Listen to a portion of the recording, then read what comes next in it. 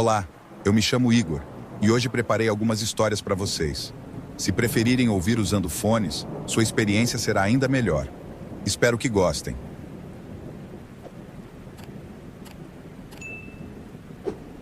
Boa noite, me chamo Carlos. Sou natural de Porto do Mangue, no Rio Grande do Norte, mas atualmente estou como andarilho. A vida me trouxe até aqui por um caminho sombrio, um caminho que jamais imaginei trilhar. Perdi tudo para um monstro que talvez nunca tenha sido completamente humano. Minha história começa há muitos anos, entre 1960 e 1965. Nossa família era humilde, mas trabalhadora. Vivíamos com o pouco que tínhamos, sempre com esperança de dias melhores. Meu pai era um homem de fé inabalável, e minha mãe, uma mulher forte, que batalhava diariamente para nos sustentar. No entanto, aquele foi um período de provações. O destino nos testou de maneira cruel. Meu pai perdeu seu emprego, um trabalho simples, mas que garantia o pão de cada dia. A demissão pegou todos de surpresa, e ele, desesperado, buscou qualquer alternativa para nos manter. Minha mãe, por sua vez, tinha um pequeno negócio, algo que ajudava nas despesas da casa, mas como se a má sorte nos perseguisse, ela acabou falindo. De um momento para o outro, nos vimos mergulhados na incerteza. A fome logo bateu à nossa porta. As noites se tornaram longas e angustiantes, pois não havia comida suficiente para todos. Lembro-me das expressões abatidas de meus irmãos mais novos, de seus olhos arregalados, cheios de súplica. Meu pai, um homem acostumado a trabalhar duro, passou a carregar um peso ainda maior sobre os ombros, o peso da impotência. Foi então que ele ouviu falar de uma mulher, uma cigana que morava nos arredores da cidade. Diziam que ela tinha contatos e conhecia formas de conseguir dinheiro. Era uma mulher misteriosa, envolta em lendas e rumores. Alguns falavam que ela tinha poderes, que lia o destino dos homens nas cartas e nos olhos deles. Outros diziam que ela praticava algo mais sombrio, mas na situação em que estávamos, meu pai não se importava.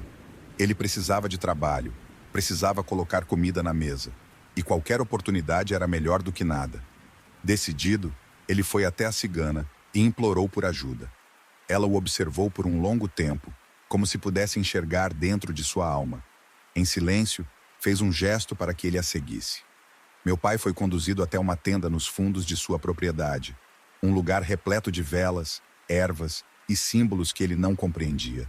A cigana então lhe ofereceu trabalho. Não era algo fácil, mas era honesto.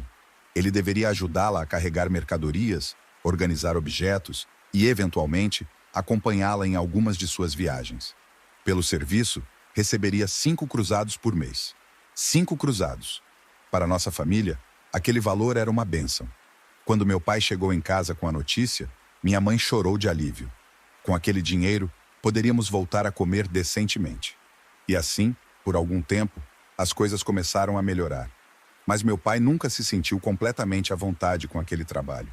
Ele era um homem de fé, e por mais que a cigana parecesse generosa, algo nele sempre se arrepiava ao entrar naquela tenda. Havia um peso no ar, um cheiro estranho, como incenso misturado com algo que ele não conseguia identificar. Os meses passaram e aos poucos meu pai começou a mudar. Tornou-se mais introspectivo, preocupado. Começou a relatar pesadelos estranhos, imagens perturbadoras que assombravam suas noites. Ele dizia que via sombras se movendo nos cantos da tenda, que ouvia sussurros quando estava sozinho.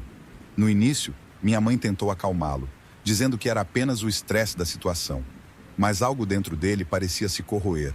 Até que um dia, tudo desmoronou. Meu pai chegou em casa mais abatido do que nunca. Sentou-se à mesa, de cabeça baixa, e nos contou que a cigana queria dispensá-lo. Ele não compreendia exatamente o motivo, mas ela havia dito que ele já não era mais útil. Talvez fosse porque sua fé nunca permitiu que ele se entregasse completamente ao ambiente que ela criava. Talvez porque ele começasse a questionar demais. A demissão, por si só, já era um golpe duro. Mas o que aconteceu depois foi ainda pior. Meu pai, tomado pela raiva e pelo desespero, disse palavras duras à cigana. Acusou-a de bruxaria, de estar por trás de sua má sorte. Ele, que sempre foi um homem respeitoso, perdeu o controle. A cigana, por sua vez, permaneceu impassível. Apenas o observou, sem demonstrar qualquer emoção. Então, quando ele terminou de gritar, ela sorriu. Um sorriso frio, carregado de algo que ninguém ali conseguiu definir. Ela não respondeu com insultos. Não levantou a voz. Apenas sussurrou palavras que mudariam nosso destino para sempre. Você me amaldiçoa, mas não percebe que já está amaldiçoado. Em 3 meses, você estará morto. E quando seu corpo completar 4 semanas no túmulo, voltará. Mas não como você mesmo. Voltará como um demônio e caçará sua própria família. Aquelas palavras caíram sobre nós como um raio. Meu pai ficou pálido. Não respondeu. Apenas saiu dali, como se o peso do mundo estivesse sobre suas costas. Naquela noite, nossa casa nunca mais foi a mesma. Os primeiros dias depois do ocorrido foram cheios de silêncio.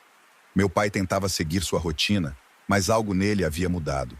Sua postura, antes ereta e firme, agora era curvada, como se estivesse sempre carregando um fardo invisível. Seus olhos perderam o brilho. Ele quase não falava, e quando falava, sua voz soava distante, como se estivesse em outro lugar. Minha mãe tentava confortá-lo, dizendo que eram apenas palavras, que maldições não tinham poder sobre quem tinha fé. Mas ele não parecia convencido. À noite, eu o ouvia rezando baixinho, murmurando orações com a voz trêmula. Então, o tempo passou, e os 3 meses começaram a se aproximar. Foi quando meu pai ficou doente. No começo, achamos que era apenas uma febre passageira.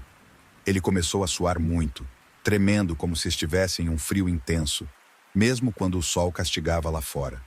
Sua pele ficou úmida e pegajosa, seus olhos perderam ainda mais o brilho, e seu apetite sumiu. Mas mesmo assim, ninguém imaginava o que estava por vir. As semanas seguintes foram um pesadelo.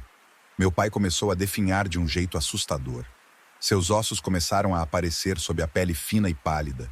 Seus olhos se aprofundaram em órbitas escuras, e seu hálito ficou podre, como se algo dentro dele estivesse apodrecendo antes mesmo da morte. O cheiro de sua respiração impregnava o ar da casa, fazendo com que minha mãe precisasse abrir as janelas mesmo nas noites mais frias. Ele já não conseguia comer nem beber, e qualquer tentativa de alimentá-lo resultava em vômitos secos e dolorosos. Lembro-me de uma noite em que minha mãe trouxe um caldo morno para ele. Ela tentou forçá-lo a engolir algumas colheradas, mas ele cuspiu tudo, tremendo e arfando como um animal encurralado. Sua voz ficou fraca, quase um sussurro, e em seus momentos de delírio, ele murmurava coisas sem sentido, palavras que pareciam vir de um idioma que ninguém conhecia. Algumas noites, acordávamos com ele sentado na cama, olhando para o nada, como se enxergasse algo que nós não víamos. Ela está aqui, ele sussurrou uma vez, os olhos arregalados, fixos no canto escuro do quarto. Está esperando? Minha mãe tentava acalmá-lo, passava um pano úmido sobre sua testa suada, segurava suas mãos ossudas e frágeis, mas nada adiantava. Seu corpo estava morrendo, mas algo dentro dele parecia cada vez mais vivo.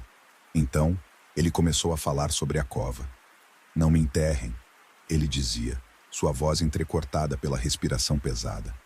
Não me deixem lá, ela disse. Ela disse que eu voltaria. Ouvimos essas palavras tantas vezes que elas passaram a nos assombrar. Eu tentava ignorar, tentava me convencer de que era apenas o delírio de um homem doente, mas algo dentro de mim temia que ele estivesse certo. E então, ele finalmente veio a falecer.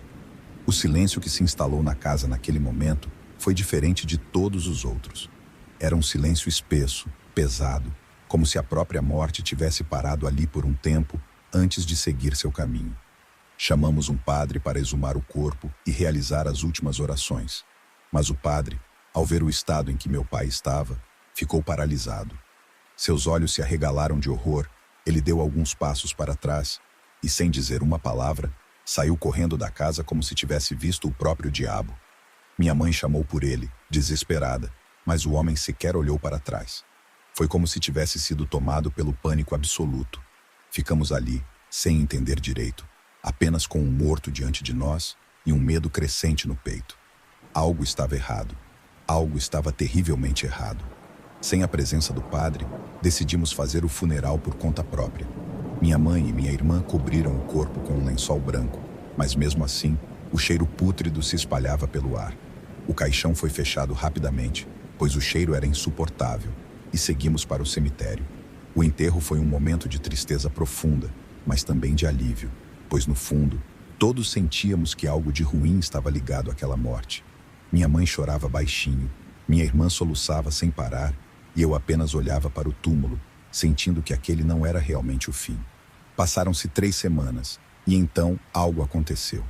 Minha mãe foi ao cemitério como fazia todos os dias desde o enterro. Ela sempre levava flores e acendia velas, mas naquela manhã, ao chegar, encontrou algo impossível. O túmulo de meu pai estava intacto, a terra não havia sido mexida, mas o caixão estava vazio.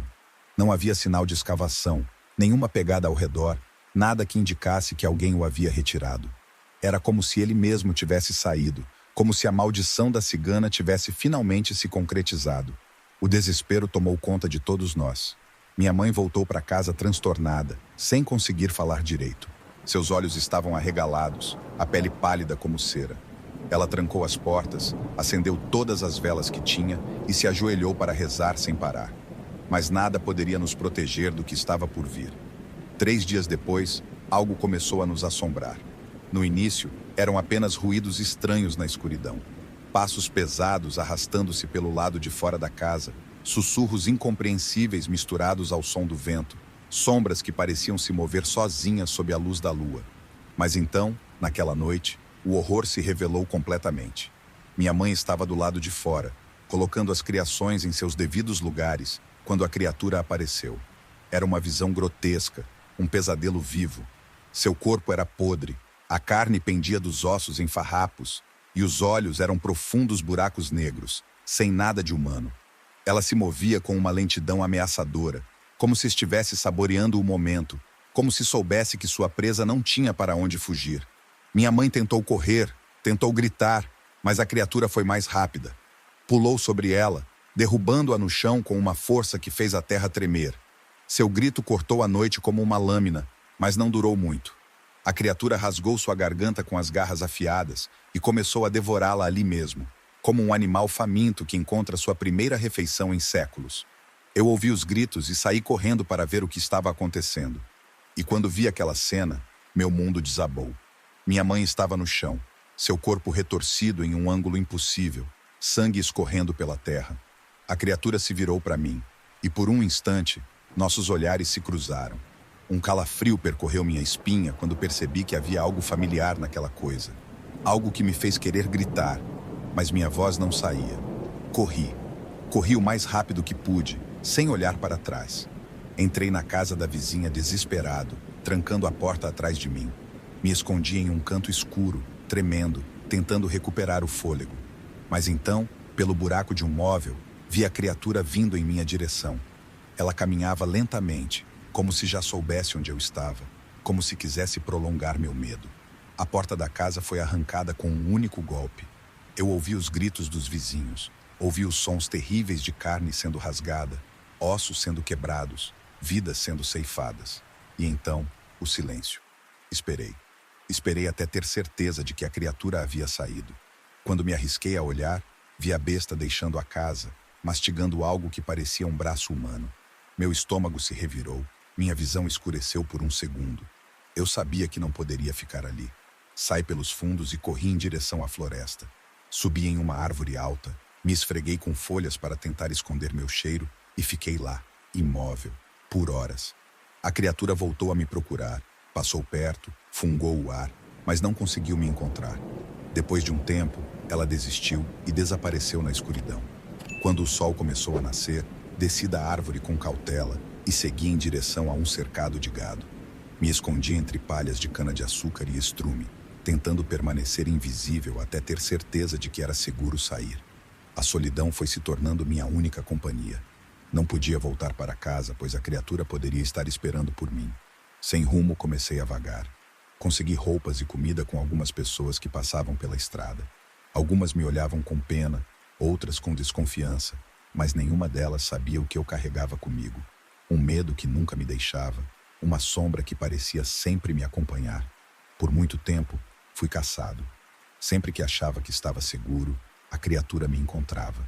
Eu me escondia e ela desaparecia, mas eu sabia que não era o fim. Ela nunca desistia. Hoje faz 1 ano que não vejo a criatura. Estou com mais de 60 anos e provavelmente ela ainda me persegue, pois ouço comentários de que uma besta passa pelas cidades e sempre em minha direção. Abri os olhos e vi as luzinhas piscando, iluminando o corredor do lado de fora do quarto. De imediato, meu marido se levantou, aparentemente confuso, e me disse que eu havia esquecido de desligá-las. Eu então olhei para ele e respondi: "Eu desliguei.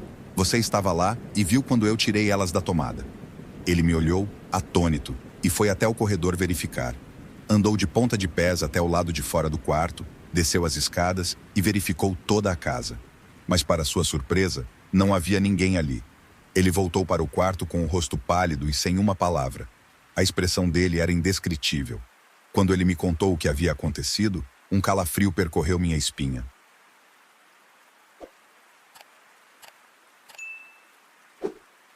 Essa história aconteceu há 20 anos e ainda me atormenta. Quando me mudei para uma área rural, longe da cidade, pensei que viveria em paz, sem barulho, vizinhos ou estresse. Achei que só precisaria me preocupar com meu marido e meus trigêmeos, que naquela época estavam no hospital, pois nasceram com alguns problemas e precisavam da incubadora. Eu sabia que meu marido tinha uma casa herdada no meio do mato, mas em 2 anos de relacionamento nunca quis ir até lá. Quer dizer, até poucos dias depois de receber alta do hospital. Por conta de alguns problemas, decidi que queria criar meus 3 filhos longe da cidade, em um lugar calmo. Num domingo, ele me levou até lá. Viajamos cerca de 2 horas pela BR-15 até chegarmos a um pequeno povoado. Achei que seria ali, mas continuamos. Passamos por várias casinhas quase caindo aos pedaços e seguimos até uma área montanhosa. Depois de adentrarmos alguns metros na floresta, lá estava a casa. Era uma cabana de 2 andares, bonitinha, feita inteiramente de madeira, com janelas enormes cujos vidros estavam um pouco riscados, mas nada que comprometesse a visão. Na frente, havia candelabros muito antigos que iluminavam a noite. Fiquei maravilhada ao ver e ainda mais quando entrei. Apesar dos móveis serem antigos, estavam em perfeito estado. Sua avó realmente caprichou nesta casa, comentei com meu marido. Tudo parecia perfeito, exceto por alguns vazamentos no teto, que descobri por causa da chuva. Nada que meu marido não pudesse consertar. Naquela manhã, ajudei-o a reparar os vazamentos, limpar os vidros e tirar a poeira dos móveis. A casa ficou brilhando. O único problema era a falta de telefone, mas, nos anos 90, naquela área, isso era normal. Terminamos por volta das 6 ou 7 da noite. Comecei a preparar o jantar para aquela noite chuvosa, uma sopa de fubá. Sentamo-nos para comer e, no meio do silêncio, meu marido sorriu como uma criança e contou uma história estranha. Disse que, quando era pequeno, havia rumores sobre aquela região. As pessoas do povoado falavam de mulheres misteriosas que vinham das partes mais altas para levar crianças. Por isso, a partir das 7 da noite, todos os adultos mandavam seus filhos para dentro de casa. Fiquei arrepiada ao ouvir aquilo, ainda mais agora que era mãe. Mas ele disse que eram apenas mitos criados pelo povo. Afirmou que, mesmo tendo vivido ali desde criança, nunca viu nada. Sorri, terminei de jantar e fui lavar a louça. A pia ficava de frente para uma pequena janela, com cerca de 40 centímetros, que dava para um bosque. Durante o dia, a vista era linda, mas à noite se tornava assustadora. Quando terminei, subi para dormir. Entre os 3 quartos da casa, escolhemos o maior, onde a avó dele costumava dormir. Já estávamos dormindo quando acordei, sem saber o motivo. No meio do som da chuva e do vento, ouvi algo que não deveria estar acontecendo. Passos. Alguém caminhava sobre o forro de madeira. 2 passos. Depois um arrastar. Mais 2 passos. Outro arrastar. Acordei meu marido e disse que alguém estava andando dentro do forro, que alguém havia entrado. Ele ouviu o mesmo que eu. Pegou um pedaço de pau e subiu para verificar. Ouvi seus passos lá em cima e, sem dúvida, o que escutávamos eram passos de outra pessoa. Ele gritou dizendo que não havia nada, mas de repente soltou um grito aterrorizante, seguido de um barulho forte. Silêncio. Fiquei tão assustada que comecei a morder os dedos. Chamava por ele, mas não obtinha resposta. Mesmo com dor por conta do parto, me preparei para sair da cama e procurá-lo. Então, o som do relógio no quarto me deu um susto enorme. Não lembro exatamente as horas, mas eram por volta das 2 da manhã. Tapei os ouvidos, mas logo algo mais me chamou a atenção. A porta do quarto. Alguém girou a maçaneta. A porta rangeu ao ser lentamente empurrada. Ouvi passos descendo as escadas, quase correndo, tudo ao mesmo tempo. Meu marido entrou gritando. E de repente começou a rir. Disse, entre risadas, que eu devia ter visto minha cara, que eu estava morrendo de medo. Fiquei furiosa e disse para ele parar, pois eu estava prestes a chorar de susto. Ainda rindo, ele explicou que havia esquecido do relógio. Disse que sua avó sempre se levantava naquela hora da madrugada para limpar a casa, e aquele era o alarme dela. Eu não sabia se ficava brava ou ria daquela brincadeira. Perguntei o que havia lá em cima, mas ele disse que não era nada, que talvez o vento tivesse movido os galhos das árvores, fazendo-os bater no telhado. Aceitei a explicação e, depois de muito custo, consegui dormir. Mas uma dúvida ainda me assombrava. Quem abriu a porta? Na manhã seguinte, acordei por volta das 9. A cama já estava vazia. Meu marido havia saído para trabalhar. O dia amanheceu chuvoso e nublado. Levantei-me, fui preparar um café e depois voltei para o quarto. Liguei a pequena televisão que tínhamos e me deitei novamente. Cerca de 1 hora depois, comecei a limpeza da casa. Comecei pelo quarto e depois fui para a sala. Foi então que algo estranho aconteceu. Quando desci para pegar o café, o chão estava limpo. Mas agora havia pegadas. Pegadas de lama. Eram descalças. Comecei a segui-las. Elas vinham das escadas e terminavam na porta de entrada. Pensei que fossem do meu marido, mas eram muito menores. Talvez eu não as tenha visto antes. Ou talvez elas não estivessem lá. Foi o que pensei, então segui com minhas atividades. Já à noite, meu marido chegou e disse para eu não entrar mais com os pés sujos. Em seguida, mudei de assunto e relatei que precisávamos comprar várias coisas, mas que eu não tinha conseguido ir, pois a vendinha ficava muito longe. Enquanto me entregava as chaves do carro para a viagem do dia seguinte, ele afirmou que não havia entrado com os pés sujos. Ficamos confusos, mas preferi não insistir e fui me deitar naquela noite chuvosa, que parecia melhor do que a anterior. Na manhã seguinte, peguei o carro e fui até a vendinha, que mais se assemelhava a um mercado. Enquanto observava o ambiente, notei vários cartazes pendurados nas paredes. Por curiosidade, aproximei-me e vi cartazes de procura-se. Inicialmente, achei que se referiam a um menino de 7 anos desaparecido há 1 semana, mas ao olhar mais de perto, percebi que eram de 2 crianças desaparecidas. Um pouco assustada, entrei e fiz minhas compras. Na fila, uma senhora à minha frente repreendia um menino de uns 6 ou 8 anos. Aproveitando a situação, perguntei se havia crianças desaparecidas naquele lugar. Ela me explicou com gentileza que as autoridades tinham falado sobre uma quadrilha de sequestradores de crianças. No entanto, uma senhora idosa que estava atrás de nós interrompeu a conversa. Não, menina, são as bruxas. Elas levam as crianças há muito tempo, por isso não as deixe sair para brincar à noite. Ambas ficamos chocadas. Não dissemos mais nada e apenas nos afastamos. Enquanto dirigia de volta para casa, fiquei pensando no que aquela senhora havia dito. Notei ainda alguém recolocando os cartazes, pois creio que a chuva os havia estragado. Em uma ruazinha, passei devagar por um poste e vi cartazes guardados em sacos plásticos. Os mais antigos estavam datados de anos atrás. Voltei para casa assustada, refletindo sobre o número de crianças que estavam desaparecendo dessa forma. Ao chegar, relatei tudo ao meu marido, mas ele não acreditou em mim e nem quis ouvir, pois tinha algo importante para me dizer. Havia sido promovido no trabalho e precisaria viajar por 2 semanas, partindo em 2 dias. Apesar disso, fiquei feliz, pois no dia seguinte iríamos buscar nossos bebês. Naquela noite, ele nem quis comentar o assunto das bruxas, apenas disse que aquilo era um mito, e se algo estivesse acontecendo, seria culpa de alguma quadrilha. Assim, fomos dormir. Na manhã seguinte, fomos buscar meus bebês no hospital. Felizmente, eles já estavam melhores e muito saudáveis. No caminho, comentei ao meu marido que gostaria de contratar uma senhora para me ajudar com os bebês e com a limpeza. Ele concordou de imediato, pois já sabia de quem se tratava. Fomos até a casa de uma senhora muito trabalhadora e oferecemos o emprego. Ela nos disse que nossa visita havia chegado na hora certa, pois estava procurando trabalho naquele momento. Na mesma tarde, ela decidiu ir conosco, e assim a levamos para casa, acomodamos num dos quartos e ela começou a trabalhar. Apesar de ter quase 70 anos, era surpreendentemente ativa, até mais do que eu. Naquela noite, enquanto jantávamos os 3, algo estranho aconteceu.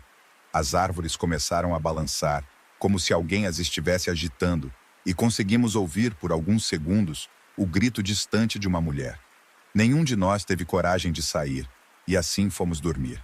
No dia seguinte, ficamos sozinhas. Meu marido já havia saído o dia todo. E a tarde se mostrou extremamente cansativa, pois cuidar de trigêmeos é uma tarefa difícil.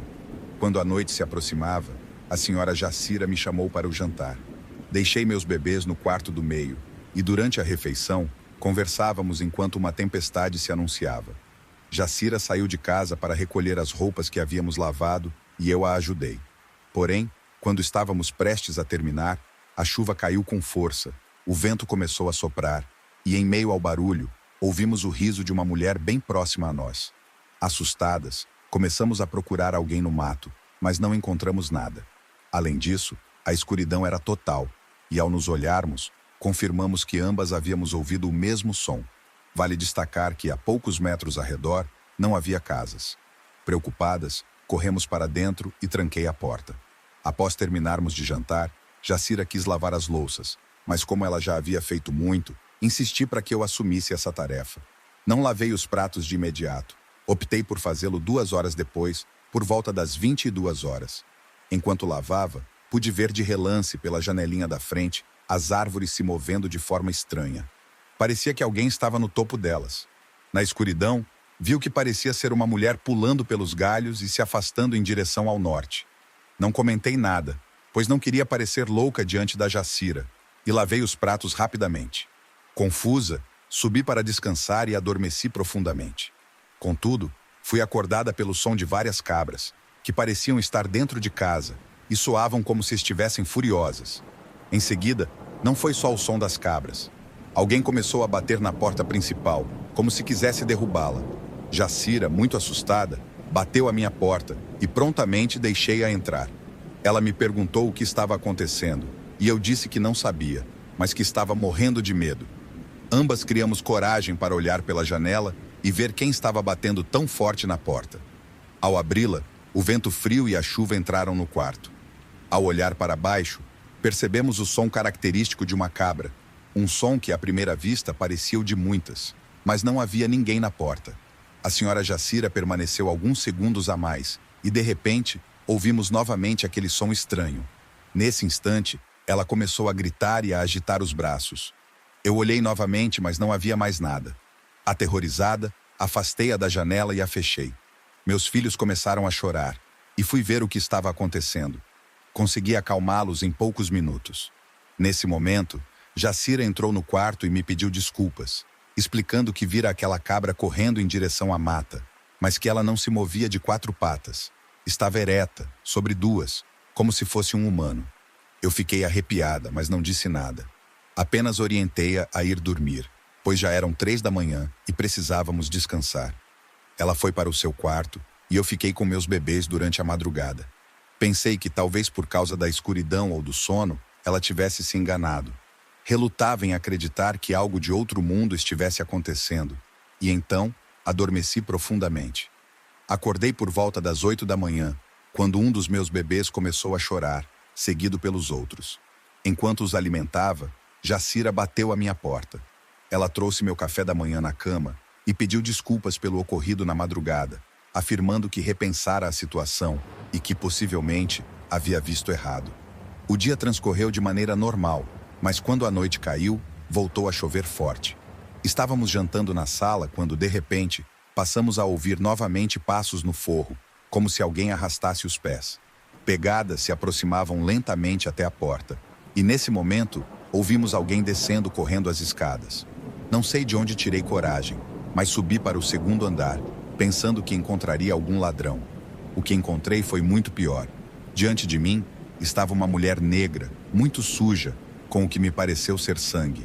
Ela pulou a janela do 2º andar como se fosse uma criança, sem qualquer hesitação. Corri até a abertura, desesperada, e vi mais adiante que ela estava indo na direção de outra pessoa. Ouvi a senhora Jacira gritar, mas o que estava nas mãos daquela mulher, uma mulher branca, sem roupas, me deixou paralisada. Nas mãos daquela figura, havia um recém-nascido decapitado, segurado pelos pés, como se isso acionasse um interruptor na minha mente. Lembrei-me dos meus filhos e fechei a janela com força. Enquanto aquelas figuras pareciam se dirigir para a floresta, saí correndo do quarto e trombei com Jacira, que gritava ter visto a cabra andando em 2 patas perto do tanque. Com 1000 pensamentos, Pedi que ela verificasse se todas as portas estavam fechadas. Segurei meus filhos em meu colo, chorando sem parar, sem acreditar no que havíamos presenciado. Quando Jacira se aproximou, contei o que havia acontecido e expliquei que havia uma mulher dentro da casa e outra do lado de fora, segurando uma criança morta. Ela ficou sem palavras e, ao me ver tão abalada, me abraçou, afirmando nunca ter presenciado algo parecido naquele lugar. Ficamos acordadas a madrugada inteira, e os únicos sons estranhos foram os gritos distantes, que me arrepiavam profundamente. Pela manhã, pedi por tudo que fosse sagrado que Jacira ligasse para meu marido, para que ele voltasse urgentemente para casa. Algumas horas depois, ela retornou dizendo ter conseguido contato com ele. Ele chegou desesperado, na parte da tarde, e eu fui seca e grossa com ele, insistindo que precisávamos ir à polícia e deixar aquele maldito lugar. Expliquei o ocorrido, mas ele não acreditou, muito menos que Jacira tivesse visto uma cabra andando em 2 patas. Passamos aquela última noite de forma relativamente normal, e na manhã seguinte, arrumamos nossas coisas para ir embora. Deixamos Dona Jacira em sua casa. Lembro-me de ter pago pelo seu serviço em ouro e pedido desculpas por tê-la envolvido, pois ela era um amor de pessoa com quem eu desejava conviver mais. Assim que conseguimos, fomos até a sede da polícia e registramos o ocorrido. Claro, não mencionei a cabra andando em 2 patas, mas relatei o que tinha visto e o que fizeram com a pobre criança.